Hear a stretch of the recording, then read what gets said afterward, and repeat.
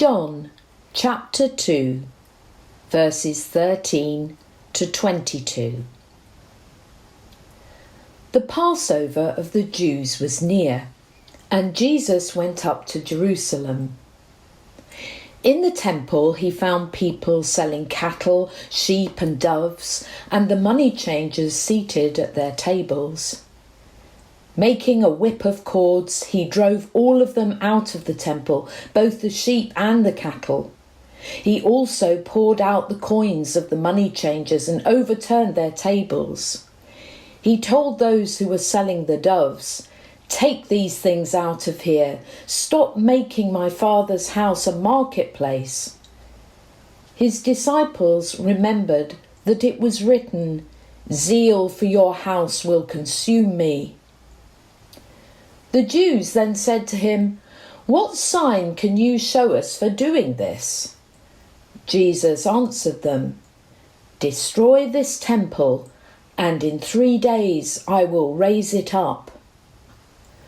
The Jews then said, "This temple has been under construction for 46 years, and will you raise it up in 3 days?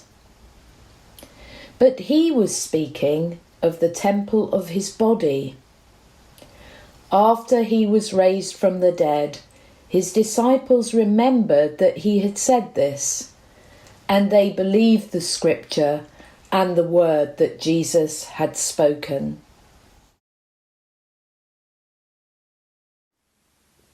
St. John stands right in the heart of Cardiff.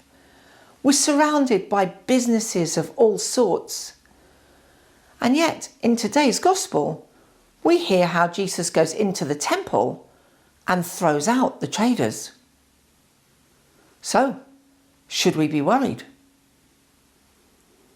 You're most likely familiar with the story you've just heard. In fact, it appears in all 4 of the Gospel accounts. However, in Matthew, Mark and Luke, the story comes near the end of Jesus' life. But John shifts the story and puts it pretty much at the start of Jesus' ministry. Again, underlining perhaps the central importance of the story. Well, what was Jesus getting so angry about? Perhaps it was that he was saying that business and trade is wrong.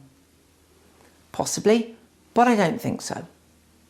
He might have been saying that business and trade is fine, but it shouldn't be done in a holy place. Well, again, it's possible, but I don't think that's the point Jesus was making. You see, the traders would have been very important in the temple. Passover was a pilgrimage, so people would have been coming from far away to go to the temple. And when they got there, they would need the animals so that they could make the necessary sacrifice. They couldn't have brought them with them on their journey, so they'd have to buy them at the temple.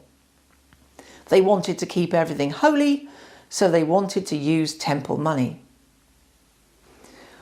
I think the point that Jesus was making was not that trading shouldn't occur, but that we need to be careful about our priorities.